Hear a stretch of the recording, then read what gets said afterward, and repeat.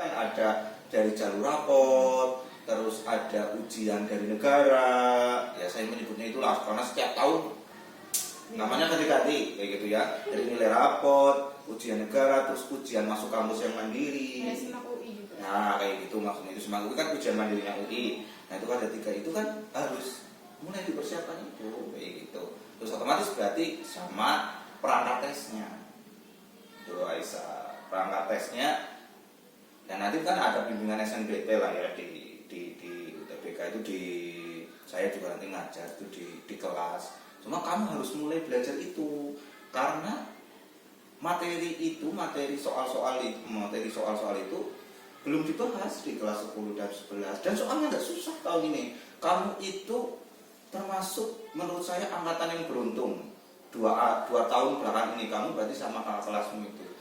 Karena soal SNBT itu menurut saya ya jauh lebih mudah 50% dibandingkan ini 2023, 2022, 2021 kesananya.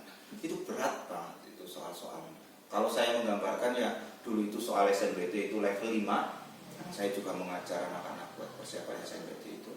Kalau yang di angkatan 2 tahun terakhirmu itu cuma level 3 loh. Masih bisa di logika, apalagi kalian punya logika yang baik, cita-citanya di hukum, di detektif dan sebagainya itu. Dipersiapkan itu mulai belajar sebelum mungkin dengan gurumu nanti di kelas masing-masing. Saya mungkin yang di matematikanya, nanti yang di literasi bahasa Inggrisnya ada, kemudian literasi bahasa Indonesianya ada, kayak gitu. Nanti literasi berhitungnya ada sendiri, gitu. Nanti dibagi-bagi ada tugasnya. Kan belum berjalan itu kan, sedang mulai arah berjalan. Kamu harus mempersiapkan itu dulu lebih, pinjam buku, belajar mengenal dulu lah soal-soal itu. Kayak gitu. Biar nanti jalan lebih mudah. Kayak gitu. Usaha yang di atas rata-rata, jangan yang rata-rata, ya, yang di atas rata-rata. Tentu dengan berdoa dan sebagainya. Nah, sekarang masuknya ke cinta barangkali ya, cintanya tapi cinta di antara kalian berdua. Kamu berteman dari kelas dulu? Iya. Di SMP? Enggak. Pindah sih. Kelas 10. Oh ya, Bin, bukan itu ya, Bin. Bukan di sini ya, Bin. Ngomongnya kamu kayak orang Betawi gitu. Betawi. Berarti kamu SMP-nya di Jakarta. Tangerang Selatan. Terus SMA kamu pindah ke sini. Iya. SMA pindah ke sini, pindah rumah lebih tepatnya. Iya. Ini sih ikut bude. Soalnya orang tua sibuk kerja jadi ikut bude. Orang tua di sana semua. Iya. Oh berarti kamu berencana memang ketika sudah sekolah di sini, terus nanti kembali ke sana, gitu, tinggal di sana. Enggak jalan di sana. Iya, kalau jalan di sana kayak gitu. Terus kalau misalnya jalannya di sini nggak masalah di sini. Saya enggak masalah. Dengan jauh dari orang tua. Ada aku, Pak. Ada aku. Tak sombong lah, Pak. Saya baru tahu itu. Udah biasa. Saya baru tahu kamu nggak tinggal bareng sama orang tua. Oke. Tapi luar biasa ya kamu ya. Maksudnya jauh dengan orang tua tapi masih terkendali dengan baik, itu masih rajin, itu maksudnya ada orang tua dengan budi itu, dengan keluarga itu. Kadang-kadang jadi pesimis karena saya beberapa menangani permasalahan di kesiswaan kok ujung-ujungnya mereka itu kan jauh dari orang tua kayak gitu, permasalahan itu ya, dengan berbagai dilemanya lah. Jadi kalau ada yang ternyata kamu jauh dari orang tua, berarti contoh nih ternyata di sekolah kita ada yang oke lah ya Aisyah ya, walaupun tidak terpantau langsung oleh orang tua, tapi barangkali terpantau langsung oleh orang tuanya di sini, ya orang tuanya yang di sini. Apa budinya lebih tepatnya? Iya. Oke. Kenapa Bin harus kesini Bin?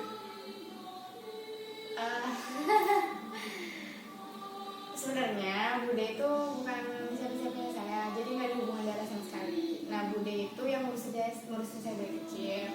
Nah asli sini, jadi ya saya ikut ke sini. Oh kamu dekat sini, dekat dari kecil sama itu, ilmu itu.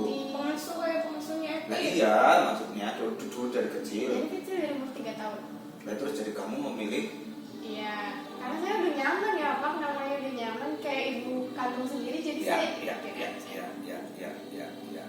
ya. Nah, Budemu itu pindah yang pas SMA itu, jadi kamu ikut ke sini. Iya. Oh, itu udah paham. Jadi bude saya di sana tuh merantau. Iya, Saya iya.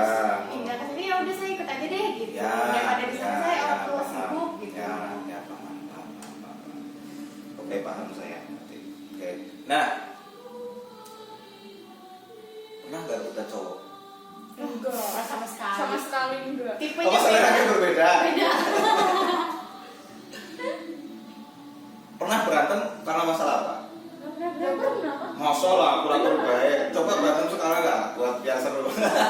Saking nggak pernah berantem jadi nggak bisa berantem. Nggak pernah ada masalah. Nggak pernah. Nggak pernah.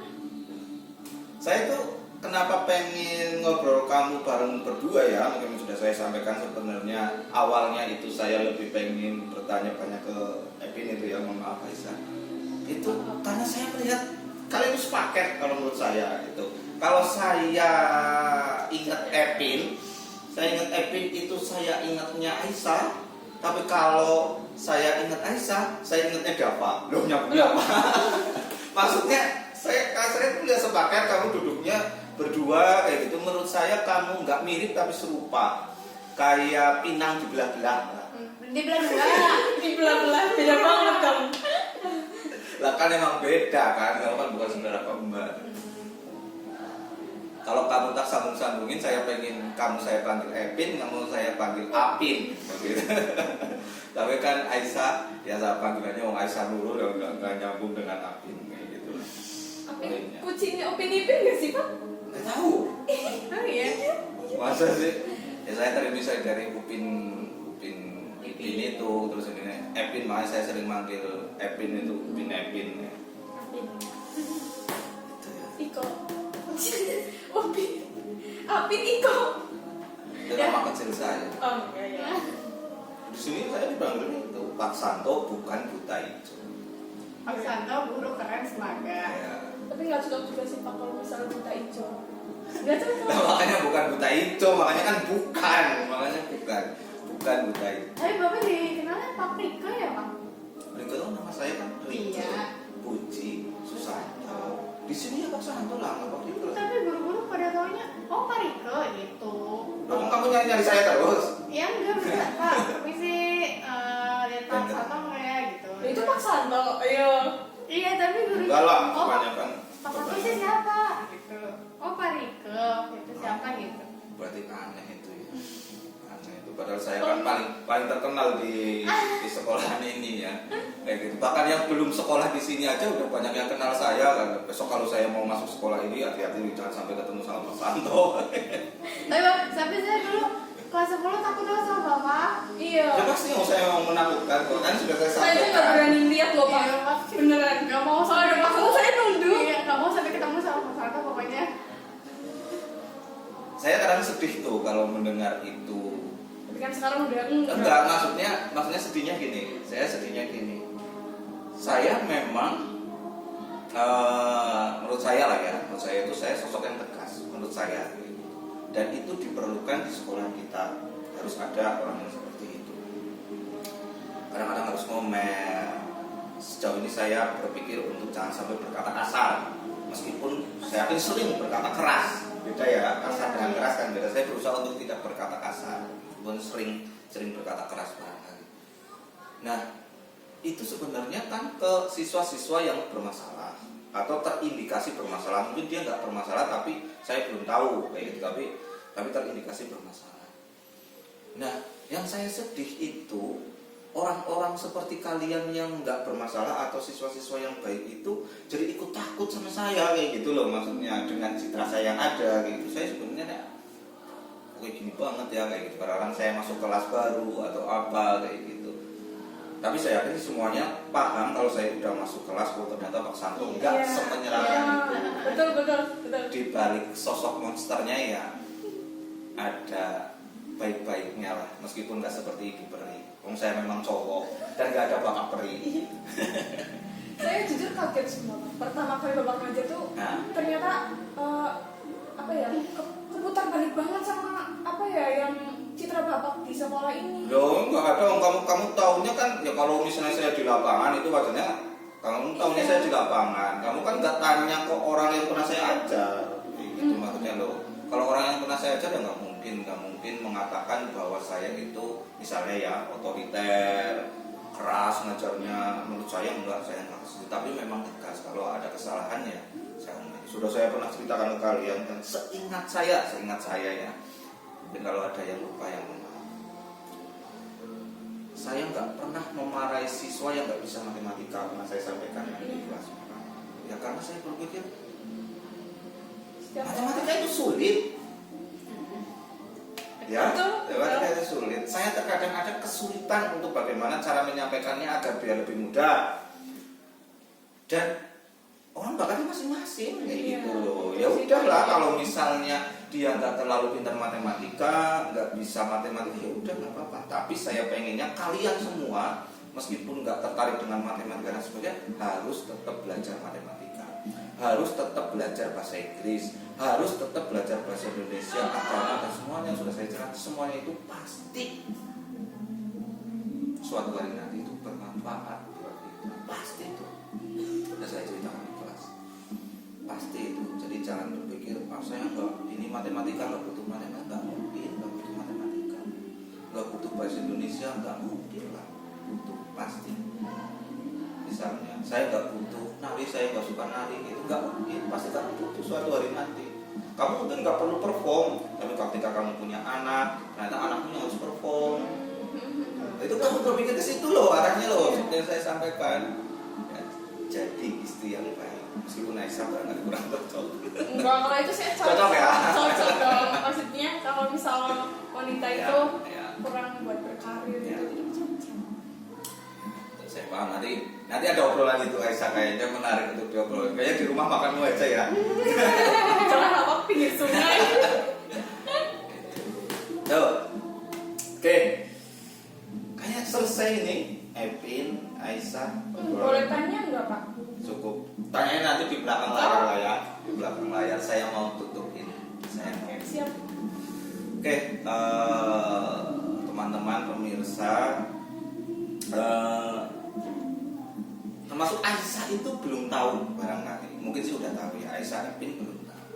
Jadi ini kalau nanti berhasil, ini akan jadi berhasil diedit maksudnya.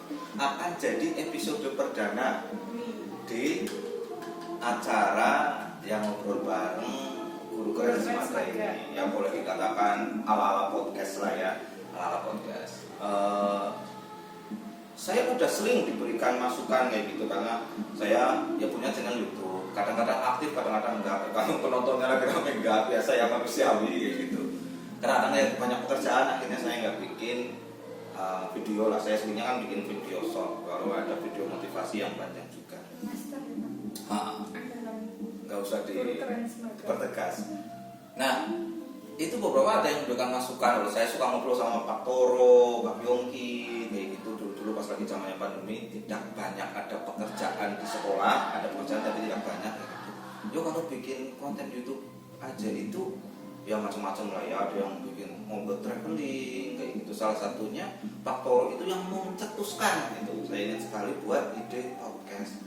Nah, saya jawab sama Pak Toro, ya mau ngobrol apa kayak gitu, mau ngobrolin apa ya banyak lah Pak kayak gitu, yang diobrolin banyak kayak gitu, mau ngobrolin apa. Akhirnya saya sama sekali nggak tertarik gitu, sama sekali nggak tertarik di konten itu. Saya lebih suka yaitu touring, traveling, yang motivasi sederhana kayak gitu. Ternyata setelah saya pikir-pikir berjalannya waktu, ya oke lah, seseorang itu harus berubah. Nah ya harus ini perubahan, mengembangkan diri itu. Akhirnya salah satunya itu yang paling memantik itu Aisyah. Itu alasannya kenapa saya pengen mengundang kalian, terutama akan lebih banyak pertanyaan dengan si itu. Jawabannya Epin menurut saya unik sekali ketika saya tanya, dia pengen jadi detektif. Itu menurut saya itu cewek pengen jadi detektif. Jarang-jarang ya Pak. Ya, terus pengen kuliah di UI. Nah, tapi ternyata terjawab tuh karena asalnya dari daerah sana kayak gitu. Karena kebanyakan itu di sekolah ini ya pengennya di Semarang kayak gitu, terus UGM lah paling jauh ya biasanya Aisyah ya kalau orang sini. Jarang yang ke arah barat, padahal di sana ada UI, ada UPI, ya misalnya di Bandung itu jarang, malah sini yang kuliah ke Bandung, jarang. Oh ternyata itu ada latar belakang di situ. Nah itu kan pikir, saya pengen tanya nih sama Epin gitu. Kalau cuma tanya ngobrol-ngobrol kayaknya kok nggak asik temen nih gitu, mending diabadikan lah. Begitu kurang lebih. Begitu. Gitu. Saya nitip pesan selaku ketua RT yang pertama di masalah cinta kalian.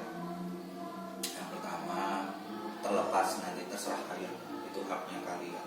Tapi kita akan tahu bahwa agama kita sebaiknya itu kan menganjurkan kita itu nggak pacaran dulu sebelum menikah. Ya, dan saya yang sudah menjalani, saya nggak sanggup. Ya, saya sudah menjalani nggak sanggup. Tetapi saya berpesan bahwa ketika nanti sampai diputuskan untuk kamu mengambil istilahnya keputusan untuk pacaran, maka kamu harus bisa menjaga diri, menjaga batasan, yang mana yang sudah boleh dan mana yang belum, begitu, dengan prinsip, dengan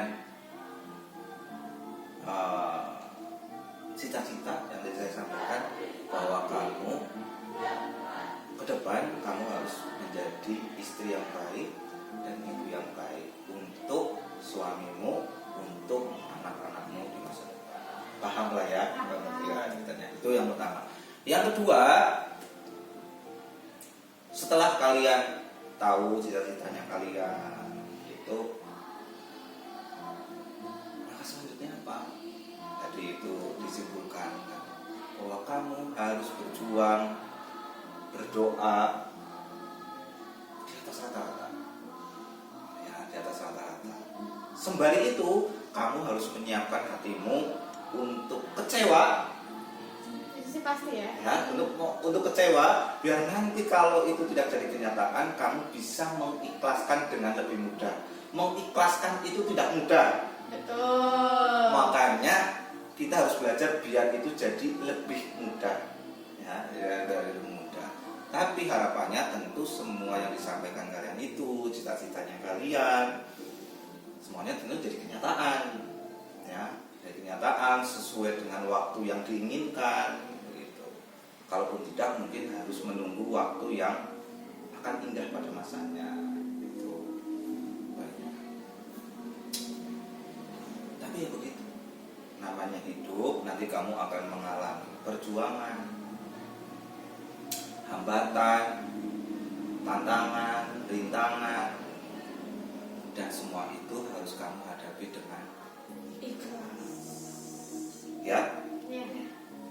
Saya guru matematik, hitam curi. Saya guru matematik. Saya murid cantik. Tidak Gak suka tahu yang lanjutannya. Oke. Begitu ya, Epin, Aisyah, terima kasih atas waktunya buat ngobrol-ngobrol ini. Semoga nanti bisa bermanfaat untuk kita semuanya, bisa bermanfaat untuk banyak orang lain. Kalau misalnya nanti ditonton, kemudian bisa menginspirasi. Ternyata ya itu dari cerita-cerita yang menurut saya kamu siswa baik, berprestasi, ya ada perjuangan. Tidak serta-merta layu langsung ranking 1 sampaikan, atau ya banyak perjuangan lah. Salah satunya itu Epin bukan ya, jauh dari orang tuanya gitu. Aisyah saya yakin punya cerita sendiri gitu, dan untuk mengukir prestasinya saya yakin banyak perjuangan. Nah itu ya tidak mudah. Nanti semoga bisa menginspirasi kita semua untuk bisa meraih kesuksesan dan kebahagiaan. Tujuannya orang hidup di dunia ini. Begitu. Selesai ya kurang lebih. Oke, Pak In, tepuk tangan.